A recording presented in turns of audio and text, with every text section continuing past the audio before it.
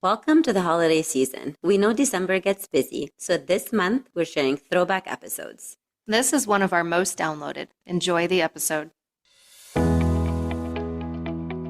Welcome to the Heal Yourself podcast, where we dive deep into all things healing. I'm Denise, a speech-language pathologist and a self-love coach for adults and teens. And I'm Kira, a traditional naturopath and functional nutritionist, and we are here to guide you through the transformative process of healing your body, mind, and soul. From the latest in functional medicine to nurturing your relationship with yourself, healing trauma, and even transforming your money story, we're here to empower you with the knowledge and tools to create lasting change. So whether you're looking to heal physically, emotionally, or spiritually, join us as we explore the many paths to wholeness and wellness. Welcome back for another episode. And today, Denise and I are chatting all about emotions. I'm going to say this every episode, but I love talking about this. Just because, right? I really am. Emotions are just energy and motion, and they have to move through us. And when we look around us, there's a lot of people suppressing emotions. I mean, Denise, I'm sure you can relate. You know, it's something that all of us deal with, but we all do. We all have, and we still do. We do. It's a work in progress. That's why we say healing is the journey. There's not an end. But suppressing those emotions over and over and over leads to a buildup of energy in the body. And then we start getting gut issues, hormone issues, like all the things. And that's why I think it's so important that we have this conversation today, because many people just ignore emotions, right? Or they let them pop up or they suppress them, but they don't know how to move through them appropriately. So we're going to talk about that. The other thing we analyze them way, we analyze them way more than we need to. Yeah. Like we get into the story of analyzing the emotion. Like, why am I feeling this way? What's going on? Da, da, da. Yeah. Yeah, I totally agree. Well, and the body doesn't know the difference between like real life and a thought, which is so crazy. The first time I heard that, I'm like, what do you mean the body doesn't know the difference? But it doesn't. So if you're consistently getting yourself into an emotional state that's not serving you, the body's going to put itself in fight or flight or freeze because it doesn't know the difference between real and imaginary. And that's where it goes back to The Body Keeps the Score. That's the name of a book, which we highly recommend, but it's also a good reminder, the body is keeping the score. It's not just the physical things that you're doing to it. It's those emotions that have either run rogue or you're suppressing or you're, like Denise said, overanalyzing, and the body is keeping the score. Those things store in the body. Yeah. I mean, because everything is energy. Where are they going to go? They're going to go somewhere. If you don't express them healthfully, they're going to go somewhere. So, according to traditional Chinese medicine, each negative emotion gets stored in an organ. So we really wanted you to know, so you kind of are more aware. And later on, how we're going to give you a tip how to, some ways to move those emotions. So for example, anger is stored in the liver. Okay, so every time you are angry and overly angry and you're suppressing it. So we're talking about suppressing, not like, expressing. So anger is stored in the liver and it's associated with frustration, irritability, and rage. And what does it do? It leads to headaches or high blood pressure. And I'm going to chime in here because I knew this one just because I don't even think I shared my husband's story, and I won't right now, but he was diagnosed with autoimmune hepatitis years and years and years ago. And that's when I started looking at alternative medicine also. And I was like, anger. And it was so true. There was a lot of anger that was just, again, I'm going to use the term running rogue. It's not that he just had a moment where he got angry. That's fine. You want to feel that emotion. But when you're sitting in it, when that anger has not been resolved and you're holding on to it for years or for decades, it's storing somewhere. And I do firmly believe that was a big driver behind his autoimmune hepatitis diagnosis. And yes, we did stuff from a nutrition and a functional medicine standpoint, but he also started getting into that, Chinese medicine and worked with someone to release anger. And his autoimmune disease has been in remission ever since. So just throwing that one in there. Wow. Yeah, no, I mean, and we've talked about it in the previous episode, self-love is the foundation of healing, and self-love requires you to look at those emotions and what am I holding on to and what is serving me? Do I really need to hold on to this anger for this long? Yeah. So, yeah. Wow. Okay, give us more. That's a Give us powerful more. one. Yeah, more. All right. So, grief and sadness, they're stored in the lungs. So we're talking again, grief and prolonged sadness, like you said, prolonged anger that you keep harboring, that you keep dwelling, that it keeps running road. And then it can, obviously, because it's stored in the lungs, it weakens the respiratory system and it can cause things like asthma and chronic fatigue. So that's grief and sadness. Fear is stored in the kidney. Okay, chronic fear, right? Constantly being afraid. We're not talking about like you're afraid of something and then, here and there. Yeah. Again, every time we're talking about those emotions, it's the chronic that you consistently hold on to. And what does it do? It weakens the kidneys, obviously. And it is also linked to willpower, believe it or not. So again, fear, it is stored in the kidneys. What is it going to lead to? Adrenal issues. Ooh, ladies. Problems or lower back pain. Aha.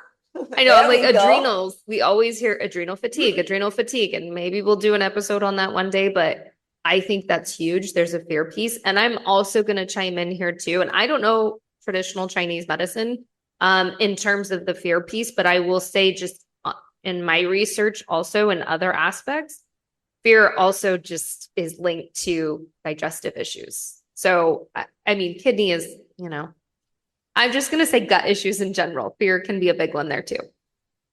Yeah, absolutely. Worry and overthinking, that's me. And I remember when I started doing acupuncture, she would tell me spleen, spleen, spleen. So worry and overthinking, and she would see it from my tongue. Is stored in the spleen. Excessive worry and overthinking affects the spleen, which is responsible for digestion and nourishment. What does it lead to? Again, digestive problems, fatigue, or poor appetite. So by now, if you do have digestive issues, we do recommend that you definitely listen to this episode and see how you can navigate and heal some of those emotions. I feel a repetitive pattern happening here. You know what? That's interesting. Shock. Sorry. I'm just going to interrupt you, but it's interesting to think about that too, because it can be one or the other. Like I've never been a worrier, but let me tell you, I've been an overthinker probably coming out of the womb. So that makes sense with digestive issues. Yeah, exactly. Okay, sorry, go. No, don't be. You're good. That's the thing. That's our podcast, right? It's a conversation. You can stop me, and I can interrupt you. So shock is stored in the heart and the kidneys. It can disturb the heart rhythm, and it can lead to anxiety. And so it can lead to anxiety. So that's constantly being shocked. And then perceiving everything as a shock. And I'm chiming in again, sorry, but not even just constantly. For something like shock, it can be a really traumatic event. And I think that's important for us to point out too. Like, yes, sometimes these emotions, if you continue to feel them, but if it's a profound one, like shock, and I'm talking like what happened in North Carolina with the hurricane, right? Yes. That is shock for some people because they're still living in that state. Or like a really bad car accident. So thinking through that too, and we'll talk about this a little more, but I just wanted to point that out, and I'll shut up. Yeah, no, that makes a lot of sense. Thank you for saying that. And sometimes I forget, but yeah, absolutely, it is the trauma, or like for example, people living in the war. That's trauma. Fear of the future is stored in the heart when we constantly are anxious about the future, constantly afraid of about what's going to happen in the future. That is basically considered chronic anxiety about what's going to happen. And it leads to insomnia, restlessness, and heart palpitations. So as you can see, according to traditional Chinese medicine, that those negative emotions that we harbor get stored in the body. Again, please read the book, The Body Keeps the Score. And it's time to move the stagnant emotions that you actually don't need anymore. So yes, sometimes emotions are negative, and that is okay. So I think we have a misconception of like all of our emotions need to be positive. But again, not everything is unicorn and rainbows and daisies, right? So I mean, we're human beings. We have an array of emotions, and we shouldn't just constantly like, oh my goodness, what? And that was me because I was leading this. I was on this spiritual journey. Like, why am I feeling negative emotions? But negative emotions are telling you something. They're opportunities for us to learn. So, I mean, it's a choice, right? So, for example, you can be pissed off at your significant other about something, or you can choose to remain angry and then ruin your day and give away all of your power to this one incident. Or you can be like, let it go. And I know we're going to talk about the power of the now in a future episode, but just letting it go means, yes, I am angry at this moment about this incident, but I'm choosing to let it go. It's a choice at the end of the day, right? So, And it's you a can choose powerful to choice. keep those emotions going. Yeah. Yeah. And that's the And you thing. know what really helps me though? You know what really helps me is that giving my power away. I'm like, you know what? I need that power. I need it to last me all freaking day. So why am I giving it away for stupid shit? Yeah. Well, and You that's got what me I was all gonna excited now. I was gonna say too, like sometimes we get in the, well, I want to stay mad because they were in the wrong. Okay, but is that gonna change anything? Like, what is that doing for you staying angry at that person just because you feel right? It's a control issue. And maybe that's another episode, but Absolutely. it's not worth Absolutely. it. And what It's does not worth it. and what does Wayne Dyer say, our favorite? What does he say? Would you rather be happy or right? Yeah. Dude, I'd rather be happy. I don't give a shit about. I used to. It was Yeah. me being right, wanting to be right. But honestly, when you let that go and you choose to be happy, screw it. I don't care about Yeah. being right or wrong. Yeah. Okay, well, let's talk about All right. moving Yeah. some of this and Tips. what it means. So first thing, you kind of touched on it, but I want to point out that feeling emotions isn't weak, right?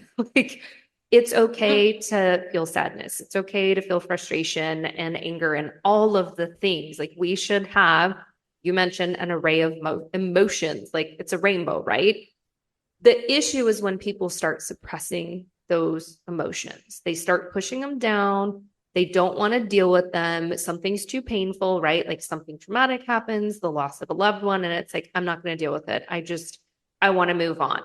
There's a difference between a quick thing of like, my husband did something and it pissed me off and I can let it go versus something like this major event happened and I'm just going to ignore it. Like that is a totally different scenario. And that is not what we're encouraging. Little things, let it go. Major things, feel into them, get all those emotions going. And those emotions can be great learning opportunities too. So one of the things that I do with my clients, sometimes if I notice that they're getting into emotions or they're not feeling emotions, I tell them to ask themselves a few things. So first is, what are the top 2 to 4 emotions that you're experiencing on a daily basis? Because this can be a clue if you're getting in your crap, right? If you're like, well, I feel anger every single day. Oh, well, why is that? Like, what's going on in your life where you've got anger every single day? So getting into that, okay, what are those emotions I'm getting into every single day? Jot it down. And then what are the 2 to 4 emotions I want to experience daily? Like joy and happiness are in the top for me. It might be something else for you, but if you're not getting there, again, this is work for you. And then write down 1 to 2 times when you let your emotions get the best of you and you were angry, upset, depressed, whatever, and come up with some strategies, which we're going to talk about, where you can shift those emotions, whether it's simply a choice or it's one of these tools we're going to talk about. But that is a powerful thing because a lot of times we're not even looking at our emotions, like we're not even paying attention. And when you can seriously jot down those emotions that you're going through on a daily basis, you're going to start to see some patterns. Wow. I love that. I love that, Kira. And I know that we're asking you sometimes to jot things down, to write down. But to be honest with you, that is the awareness is the first step to healing anything. And then how are you going to aware if you're just not going to write it down or put it somewhere or really reflect on it? Yeah. Yes, pen and paper is great and we love that. However, it could also be a quick thing on your phone. All of us have, I don't know. I know that the iPhone has like the note section, but I'm sure Android has like another tool where you can, write yourself notes. So just take out your phone and then do that in case, you're busy and you don't have the time to sit down and journal. But it's really important to know that awareness is the very first step. And that's why we always, one of our tips is always to kind of like journal things out, to write things down, to reflect. So like we said, the emotions are stored, right? They need to be moved. They're not just going to stay stagnant, right? So we need to move them. And we're going to give you a few tips. I already talked about journaling. So journaling is one of them.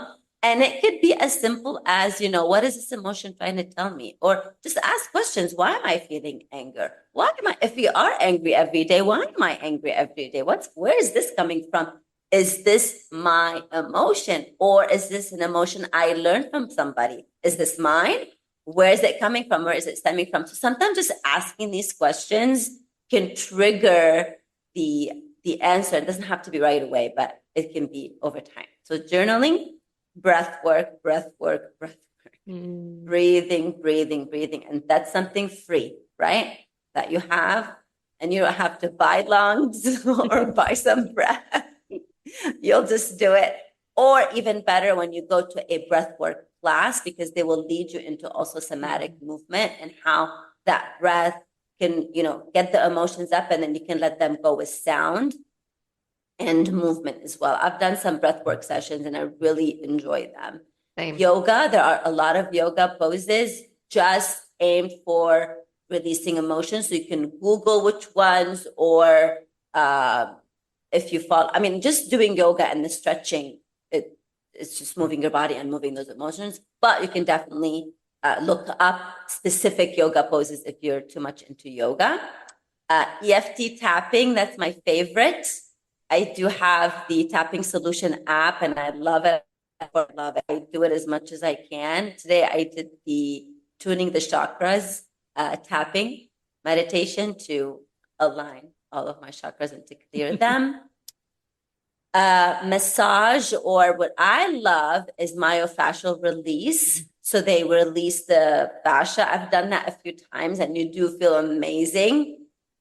Not just the well-being amazing, your body feels good. Like I felt a little bit more flexible. Like I was able to move my joints better when I did that.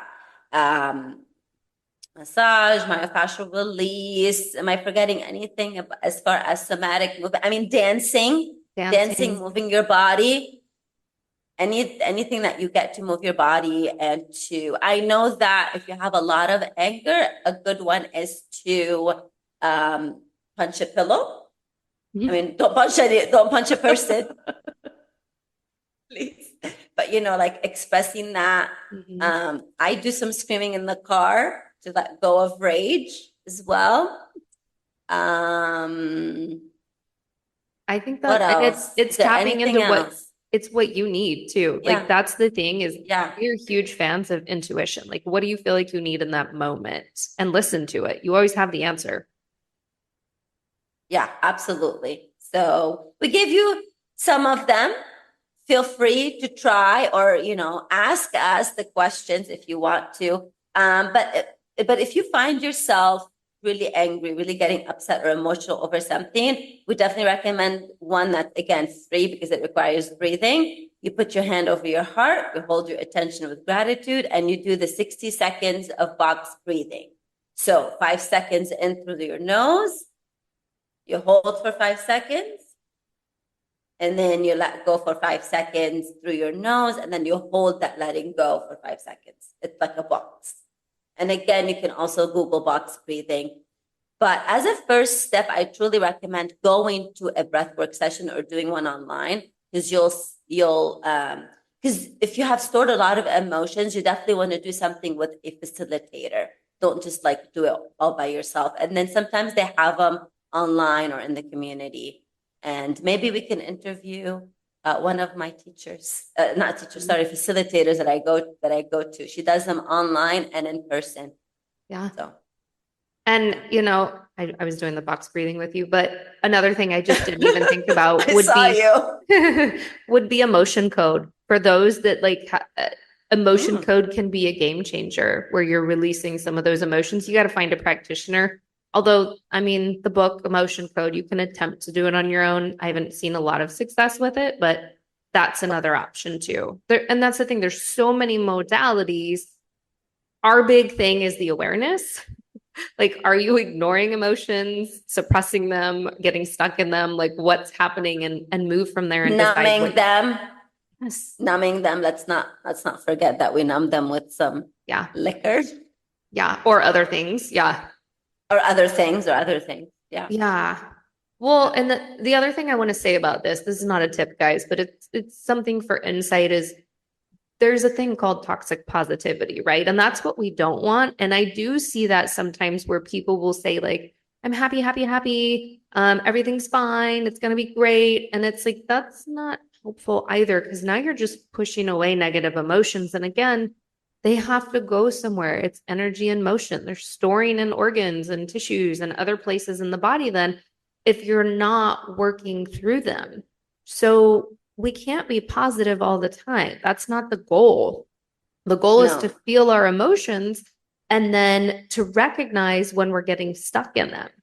So like I start my day, and if I'm in a foul mood when I wake up, I have to ask myself, why is that the case? And I can choose now to move those emotions versus I'm just going to continue to ignore everything negative that ever happens to me and try to smile through it. That's not going to be helpful. Trust me. Right. Every- And I did fall into that trap where like, when I got on my spiritual journey, and then I was like, oh my goodness, like negative emotions are bad. So a tip for you, don't label them as good or bad, right? Don't give them meaning. Don't give them anything. It's a negative emotion. Okay. Just give it the name. Oh, I feel anger right now. I feel frustration. I feel blah, blah, blah, fear, doubt, etc. And and maybe it's good helpful to love on it versus beat it down. Yeah. 100%. Well, and that every emotion has a purpose, right? And you said, I love that. It's kind of like food. Stop labeling it as good or bad, because that creates a meaning, and we don't need a meaning behind these emotions. It just is what it is. They're helping us learn something. So feel them, allow them to move through you, but then decide, is this emotion serving me right now? And if it is something traumatic, then yeah, maybe that emotion really is serving you in the moment, but in the future, you can change that. So even the uncomfortable ones, anger, sadness, rage, whatever, they have a purpose. So allow them to be there. We're not labeling them, but then allow them to move. Absolutely. Just like we say with food, listen to your body, listen to your body here, and to your emotions. Yeah. They're here to serve you, right? Yeah. Just like the symptoms that we've talked about in the past, right? They're here to serve you. Another tip is that sometimes I get it. Sometimes it is harder to let go or to feel those negative emotions and to get out of them. I get it. It's not easy. It's not easy. I know. And we've done it, and we've done the work. And same, her and I, we still communicate and be like, I'm feeling this, I'm feeling that. Like, it's not going to go away. You're a human being. Yeah. So what I really love, and I learned this from the teachings of Abraham Hicks, it's find a better feeling thought. Right? So recognize the emotion that you're in. And if it's bothering you, like, oh my goodness, there's anxiety here, or there's fear, let's find a better feeling thought. So I'm going to give you some examples, but then of course you apply, and I will recommend that you read the book, and I'll list the name, because in the book, Abraham Hicks gives a lot of examples about different areas in life, etc. So you could relate to them or not. So for example, let's say the negative thought is, what if everything goes wrong? Because you're feeling anxious about the future. What if everything goes wrong? I'm so scared. A better feeling thought could be, it's okay not to know everything. I've faced uncertainty before and found a way through it. Is this going to, oh my goodness, magically take everything away? No, but it's a better feeling thought. And that's the thing too that I think is important is like, we don't go from I'm so scared to I feel amazing. And you know what I mean? Like it has to be a Yeah. subtle, a subtle shift. Like, I know. Oh, well, again, because we're still looking for the magic wand. So if anyone finds it, just send it our way. Yeah. I mean, it's just got to be gradual. Absolutely. Another example could be when you don't feel like you're measuring up, you're comparing yourself. Let's say you're like, I'm not as good as everyone else. But we all fall through that trap. Yep.